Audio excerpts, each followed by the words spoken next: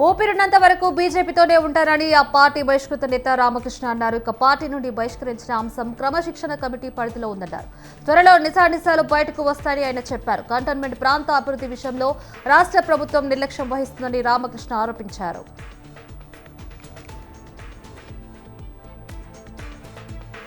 మొహరం సందర్భంగా అవాంఛనీయ ఘటనలకు తావు ఇవ్వొద్దని నంద్యాల జిల్లా బ్రాహ్మణ కొట్కూరు ఎస్ఐ సుబ్రహ్మణ్యం సూచించారు.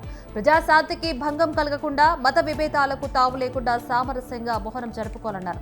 పోలీసుల గైడ్లైన్స్ పాటించిన వారిపై కఠిన చర్యలు తప్పవని హెచ్చరించారు.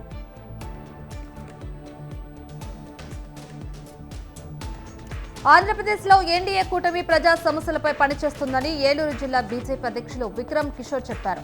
బీజేపీ చేపట్టిన జనతా వారధి పీజీఆర్ఎస్ లో కలెక్టర్ని కలిసి వినతి పత్రం అందజేశారు. ప్రజల ఆరోగ్య భద్రత గురించి కలెక్టర్కి మెమోరాండం ఇచ్చామన్నారు. నంద్యాల జిల్లా నందికొట్కూరులోని పలు కాలనీలో సిపిఐ ఎంఎల్ కార్యదర్శి పిక్కిలి వెంకటేశ్వర్లు పాదయాత్ర నిర్వహించారు. నందికొట్కూరు మున్సిపల్ ఆఫీస్ వద్ద ధర్నా చేశారు. ఇక మున్సిపల్ కమిషనర్ వెంకటరామిరెడ్డికి ప్రజల సమస్యలపై వినతి పత్రం అందజేశారు.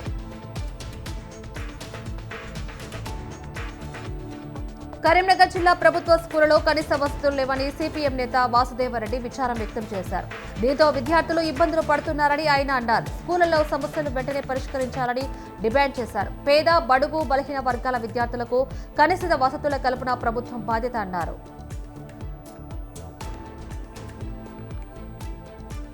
బాపట్ల జిల్లా కలెక్టరేట్లో జరిగిన ప్రజా సమస్యల పరిష్కార వేదికలో పలు మండలాల ప్రజలు ఆర్జీలు సమర్పించారు.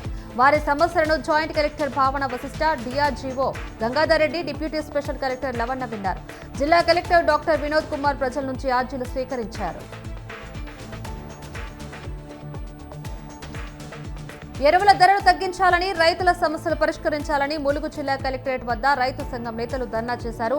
ఇక అనంతరం కలెక్టర్ కు వినతి పత్రం అందజేశారు. కేంద్ర ప్రభుత్వం పెంచిన ఎరువుల ధరలను పూర్తిగా తగ్గించాలని రైతు సంఘం నేతలు డిమాండ్ చేశారు.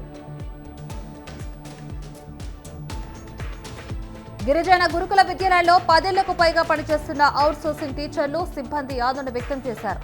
ఉద్యోగ భద్రత కల్పించాలని వారు ఏపీ సర్కార్ను వేడుకున్నారు. మెగా డిఎస్సీ నియామకాలతో తమను తీసేస్తే రోడ్డున పడతామని ఆవేదన వ్యక్తం చేశారు. అన్నమయ్య జిల్లా పాపగ్ని నదిలో ఇసుక మాయమైపోతుందని గ్రామ ప్రజలు కలెక్టర్ను ఆశ్రయించారు. ఇసుక తవ్వకంతో భూగర్భ జలాలు తగ్గిపోయి రైతుల బోర్లు ఎండిపోయాయని ఆవేదన వ్యక్తం చేశారు. అధికారులు ఇసుక దందాను ఆపాలని, రైతులను ఆదుకోవాలని గ్రామస్తులు కోరుతున్నారు.